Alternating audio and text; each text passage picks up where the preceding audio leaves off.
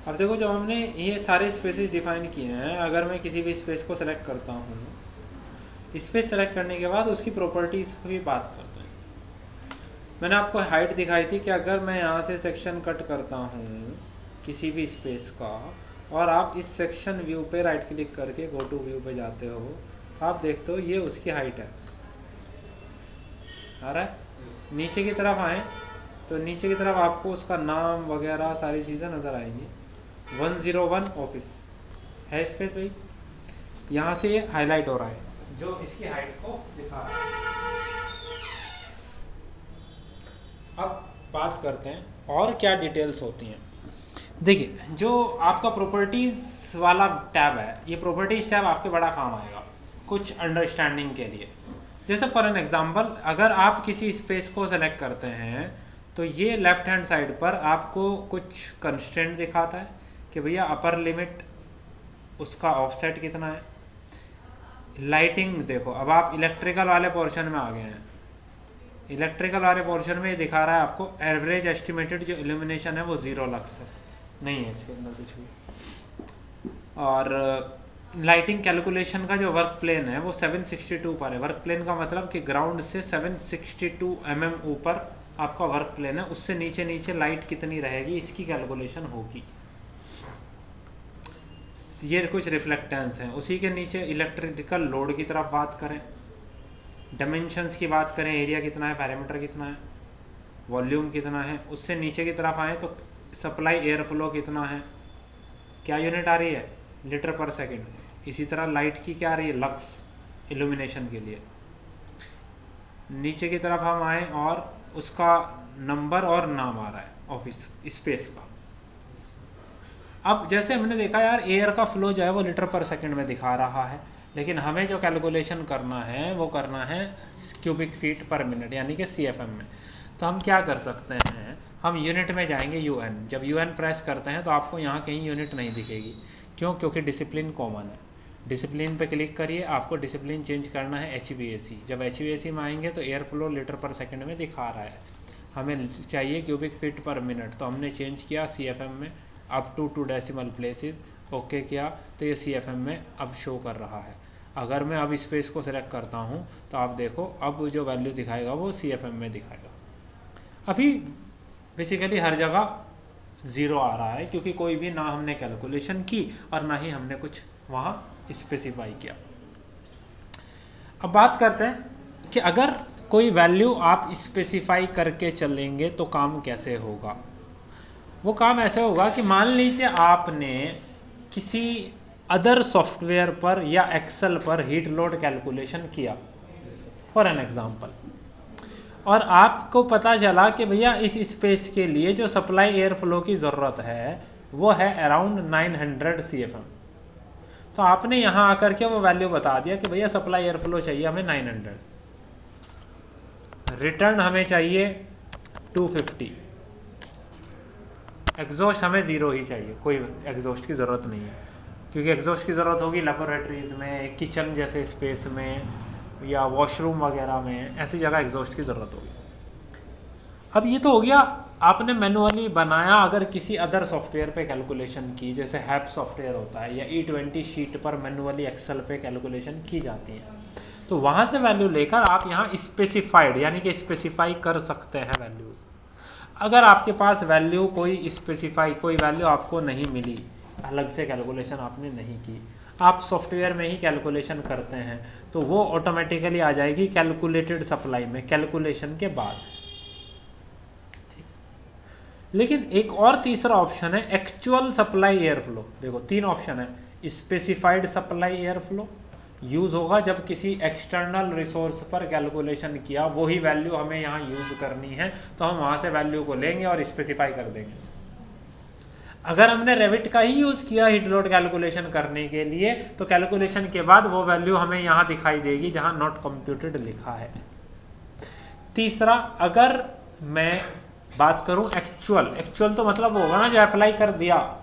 इसका मतलब यह है कि अगर मैं मैकेनिकल में जाके सीलिंग पे जाता हूं, फर्स्ट फ्लोर की, ये सीलिंग है फर्स्ट फ्लोर की, सीलिंग पर जा कर के मैंने बोला कि मैं यहाँ पर एक एयर टर्मिनल प्लेस कर रहा हूँ, जिसकी हाइट है 2438, क्योंकि यही हाइट पर लगा हुआ है, और सप्लाई डिफ्यूज़र है। अब मैंने यहाँ आकर के एक डिफ्यूज़र प्लेस कर दिया। जब ये डिफ्यूज़र को अगर मैं सेलेक्ट करूँ तो इसकी कैपेसिटी यहाँ आ रही है। ये कितनी एयर की सप्लाई दे रहा है? 497 समथिंग, मान लीजिए मैंने बोला 500 CFM की ये सप्लाई दे रहा है। अब मैं इस स्पेस को सिलेक्ट करता हूँ, तो आप नीचे की तरफ जाके चेक करेंगे, वो दिखा रहा है एक्चुअल सप्लाई एयर फ्लो कितना हो गया, यानी कि जो आप अप्लाई कर देंगे अपने मॉडल पर, दैट इज एक्चुअल। अगर आपने कल को जा कर के लाइटिंग के सीलिंग प्लान पर आप गए और आपने यहाँ आकर के बोला कि मुझे इलेक्ट्रिकल में लाइटिंग फिक्सचर पर मैं गया, यहाँ पे कुछ लाइट्स का ऑप्शन था, मैंने उसको सेलेक्ट किया और मैंने यहाँ कुछ लाइट्स को प्लेस कर दिया। अब लाइट हैं तो उनका कुछ ना कुछ इल्यूमिनेशन भी होगा, इल्यूमिनेशन होगा तो कुछ ना कुछ लक्स की वैल्यू होगी।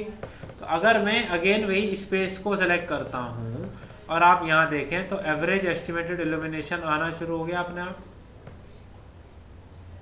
इसका मतलब यह है कि लाइट्स या एयर टर्मिनल्स या प्लम्बिंग फिक्सचर जब हम प्लेस करते हैं तभी हमें उस स्पेस की कैलकुलेशन से रिलेटेड वैल्यूज मिलेंगी कि लाइट कितनी है कितनी नहीं है।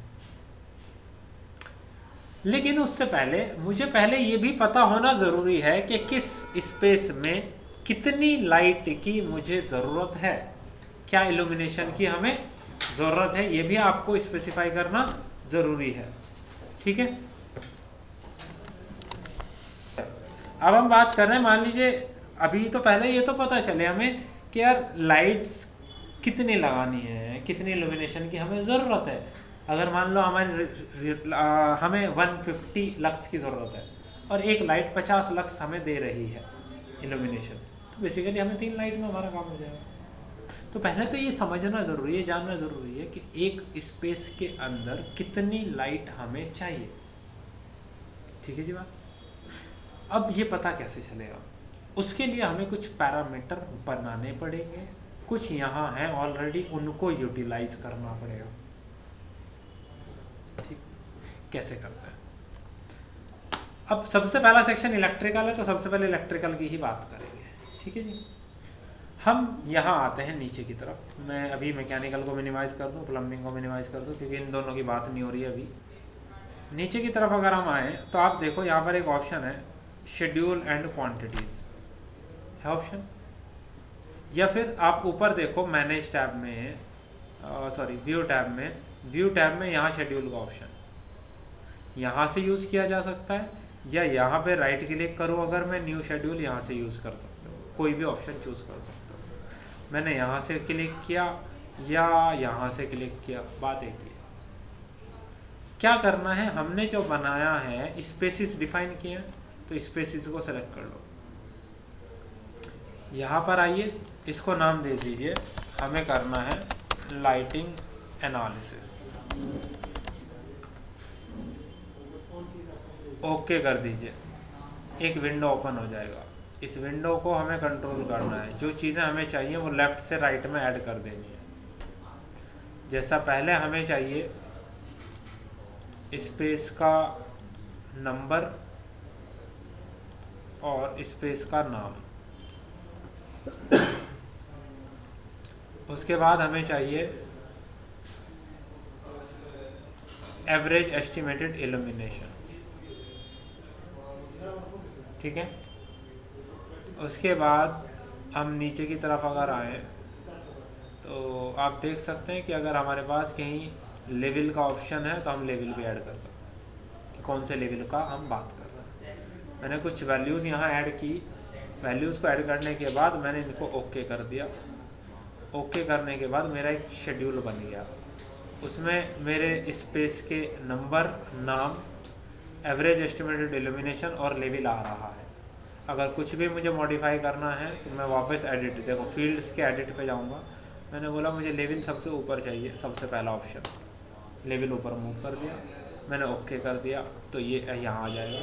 या नीचे की तरफ मैं आऊँ यहाँ मेरे पास एक स्पेस टाइप का ऑप्शन है, अगर मैं इसे ऐड करना चाहता हूँ, मैंने ओके किया तो यहाँ स्पेस टाइप का ऑप्शन ऐड हो गया। अभी बाद में समझेंगे ये क्या होता है क्या नहीं होता।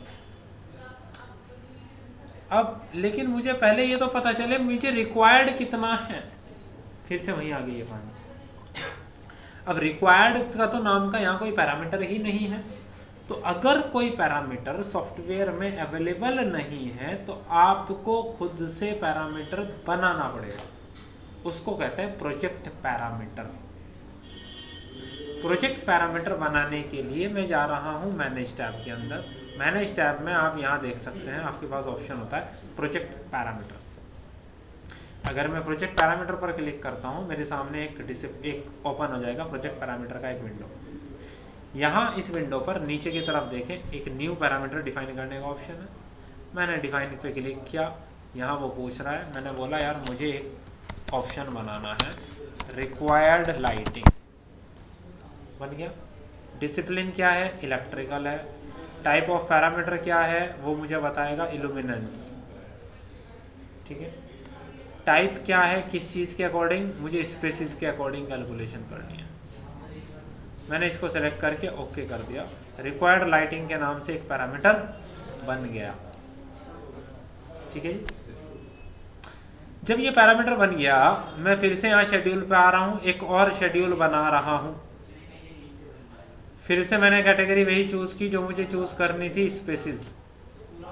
लेकिन इस बार मुझे स्पेस शेड्यूल नहीं, शेड्यूल की बनानी है। इस की का नाम पूछ रहा है कुछ, आप कुछ भी डाल दो, रीनेम कर दो, कुछ भी जो आप चाहो। मैंने एज इट इज ओके कर दिया। पूछ रहा है क्या वैल्यू है, की नेम तो यहाँ ऑलरेडी पड़ा है। मैंने जो अभी एक पैरामीटर बनाया रिक्वायर्ड लाइटिंग, वो मुझे यहाँ ऐड करना है। रिक्वायर्ड लाइटिंग ऐड किया, ओके कर दिया, एक नया शेड्यूल बन गया, की नेम और रिक्वायर्ड लाइटिंग। लेकिन वहां कुछ ऑप्शन नहीं आ रहे, ठीक। अब मैंने बोला मुझे यहाँ सबसे पहले तो पैरामीटर का नाम देखना है, क्या है, स्पेस स्टाइल। पैरामीटर का नाम है स्पेस स्टाइल। और जो मैंने प्रोजेक्ट पैरामीटर बनाया था वो था मेरा रिक्वायर्ड लाइटिंग। दो ऑप्शन है। मैंने यहां से इंसर्ट किया एक रो, पहली रो इंसर्ट हुई। की का नाम पूछ रहा है, मान लीजिए कहीं पर कोई मेरा ऑफिस स्पेस है, कोई मेरा ऑफिस स्पेस है, मैं इंसर्ट करता हूं। मान लीजिए मेरा कोई बेडरूम है, मान लीजिए आपके पास कोई किचन या पेंट्री है, मान लीजिए आपके पास कोई स्टडी रूम है। स्टडी रूम भी हो सकता है या क्लासरूम भी हो सकता है। आपके पास कोई वेटिंग एरिया हो सकता है, लॉबी हो सकती है, कोई भी इस टाइप का स्पेस हो सकता है। तो बेसिकली टाइप ऑफ स्पेस मैंने यहाँ डिफाइन की है। अब मान लीजिए बेडरूम है, बेडरूम में कितनी लाइट चाहिए, इसको अगर आपको नहीं पता तो आप यहाँ गूगल करेंगे रिक्वायर्ड इल्यूमिनेशन इन बेडरूम। उसने बोला कि 50 से 100 lux at floor level and a maximum of about 150 lux, more than enough है। आप और सारी चीज़ें चेक कर सकते हैं। कुछ वेबसाइट्स होती हैं रेजिडेंशियल रिकमेंडेड लाइटिंग लेवल्स, जिनके थ्रू आप लाइटिंग्स को चेक कर सकते हैं कि रेजिडेंशियल रूम के अंदर कितनी लाइट आपको रिक्वायर्ड है। अगर आप किसी भी वेबसाइट्स को जा कर के इनको सर्च करेंगे, ये सारे आपके पास ऑप्शंस आ गए हैं। अगर हम किसी भी ऑप्शन को यूज़ करेंगे, नीचे की तरफ हम आएंगे तो आप देख सकते हैं यहाँ पर हमारे पास लक्स में वैल्यूज़ आ रही हैं। जैसे बेडरूम या वो है 200 to 300 है, कैफेटेरिया है, क्लासरूम है 300 से शुरू अप में होगी, कोई कॉन्फ्रेंस रूम है। तो आपके पास एक स्पेसिफिक टाइप से रिलेटेड लक्स वैल्यूज़ आ गई। कोई वर्कशॉप है, कोई स्टेयरवे यानी कि कोई पैसेज है, कोई रेस्ट रूम है, पार्किंग स्पेस है, ऑफिस है, ओपन ऑफिस या क्लोज ऑफिस का लक्ष्य एक ही होता है। तो 300 से 500 का मतलब, जैसे मान लीजिए ऑफिस स्पेस है कोई, मैंने बोला यार हमारी रिक्वायर्ड है 400 लक्स, हमने इन बिटवीन ले लिया। बेडरूम की अगर आप बात करेंगे तो बेडरूम के लिए उसने सबसे पहले बोला 200 to 300, तो मैंने मान लीजिए बोला 250 अराउंड। किचन या पेंट्री के अकॉर्डिंग हमने देखा कैफेटेरिया ले सकते हैं हम, ये भी अराउंड 250 लक्स है। अब स्टडी या क्लासरूम की अगर हम बात करें अराउंड 400 लक्स। वेटिंग एरिया या लॉबी का जो स्पेस होता है, उन स्पेसिस की अगर हम बात करें तो 100 लक्स के अराउंड हमें मोर देन इनफ है। इसी तरह अगर हम कोई रेस्ट रूम को ऐड कर लें तो रेस्ट रूम में हमें रिक्वायर्ड है 100 to 300, तो ये ले लेते हैं जी 200 या 150। ठीक है, एक पैरामीटर्स बन गए। एक है प्रोजेक्ट रिक्वायर्ड लाइटिंग, एक है स्पेस स्टाइल। वापस जाते हैं लाइटिंग एनालिसिस पर, एडिट करते हैं। एक मुझे ऐड करना है स्पेस स्टाइल, ये रहा, जो स्पेस टाइप था उसी के साथ ऐड कर दिया। और एक मैंने बनाया था रिक्वायर्ड लाइटिंग, रिक्वायर्ड लाइटिंग को सेलेक्ट किया, उसको इसके साथ ऐड कर दिया। मैंने ओके किया, यहाँ पर वैल्यूज़ आ गई। अब स्पेस स्टाइल आप देखो, ये ऑप्शंस आ गए ना जो आपने पैरामीटर वहाँ बनाए थे। तो बेसिकली इस स्पेस टाइप वाला काम मेरा स्पेस स्टाइल अब कर देगा। तो स्पेस टाइप की अगर ज़रूरत नहीं है, इसको सेलेक्ट करके मैं रिमूव कर भी कर सकता हूँ। अब मैंने बोला ये मेरा स्टेयर है, तो स्टेयर वाला मतलब ये इस टाइप का एरिया है, तो उसने बता दिया कि भैया 100 लक्स की ज़रूरत है। अगर मैं उस स्पेस की बात करूं जो मेरा ये है ऑफिस 101, अगर मैं जाता हूं लाइटिंग एनालिसिस में 101 ऑफिस, ये इसका टाइप हो गया ऑफिस, रिक्वायर्ड लाइटिंग आ गई 400 लक्स। अगर मैं वापस यहाँ आता हूँ, इसको सेलेक्ट करता हूँ, आप यहाँ चेक करेंगे यहाँ नहीं आ रही ना कोई भी वैल्यू, लेकिन वहाँ उसने बता दिया आपको टोटल जो रिक्वायरमेंट आपकी है लाइटिंग एनालिसिस में, आपको पता लग गया कि 100 लक्स की ज़रूरत है या यहाँ 400 की ज़रूरत है। तो हर एक का आप इस टाइप देख लेंगे कि किस टाइप का आपका एरिया है, उनके टाइप के अकॉर्डिंग आप उनको डिफाइन कर देंगे। ठीक है जी, तो आपको हर एक रूम का क्या मिलेगा, स्पेस में इल्यूमिनेशन यानी कि लाइट के बारे में पता चल जाएगा, कितना लाइट की आपको ज़रूरत है। हो गया। दूसरी बात, जब आप डिफ़ाइन करते हैं, अभी मैं रैंडमली एक एक वैल्यूज़ को डिफ़ाइन कर देता हूँ, आप चेक करके कर लेना जहाँ जो आपको डिफ़ाइन करना होगा उसी के अकॉर्डिंग स्पेस टाइप के हिसाब से। ठीक है, मैं फिर से रिपीट कर रहा हूँ, मैं रैंडम वैल्यूज़ यहाँ सेलेक्ट कर रहा हूँ, आप ऑफिस के स्पेस के टाइप के हिसाब से ही सेलेक्ट करना।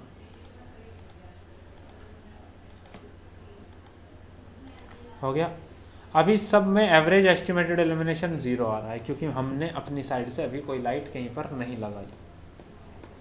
रिक्वायर्ड हमें पता चल गया। अगर मैं कहीं पर लाइट लगाता हूँ, मान लीजिए वो लाइट देती है 100 लक्स, रिक्वायर्ड है 200 लक्स, तो मैं ये चाहता हूँ ये मुझे ये भी बताए कि यार अभी बच गया 100 लक्स और चाहिए। यानी कि मैं एक पैरामीटर चाहता हूँ जिसमें मुझे इन दोनों का डिफरेंस मिले, क्या फ़र्क है दोनों में। हमने बोला ठीक है, एक काम करते हैं, फील्ड को एडिट करते हैं और यहाँ पे एक नया फंक्शन पैरामीटर डिफाइन करते हैं। क्लिक करिए, क्या डिफाइन करना है जी हमें, डिफरेंस। क्या डिसिप्लिन है, इलेक्ट्रिकल। क्या है जी, इल्यूमिनेंस हम देख रहे हैं। क्या फॉर्मूला है कि एक काम करो, एवरेज से माइनस कर दो रिक्वायर्ड लाइटिंग को, ओके ओके, अभी माइनस में आ रहा है क्योंकि ज़ीरो है। अब मैं ये चाहता हूँ, जैसे ऑफिस 101 की ही बात करते हैं, 400 लक्स चाहिए।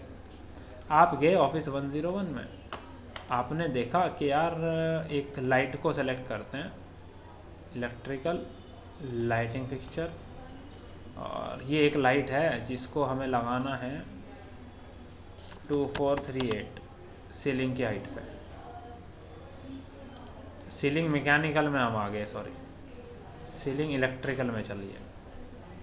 इलेक्ट्रिकल लाइटिंग फिक्सचर 2438, मैं लाइट को सेलेक्ट करता हूँ और आपको ये लाइट लगाने जा रहे हैं। जैसे ही लाइट लगाएंगे उसने कुछ ना कुछ वहाँ लाइट दी होगी।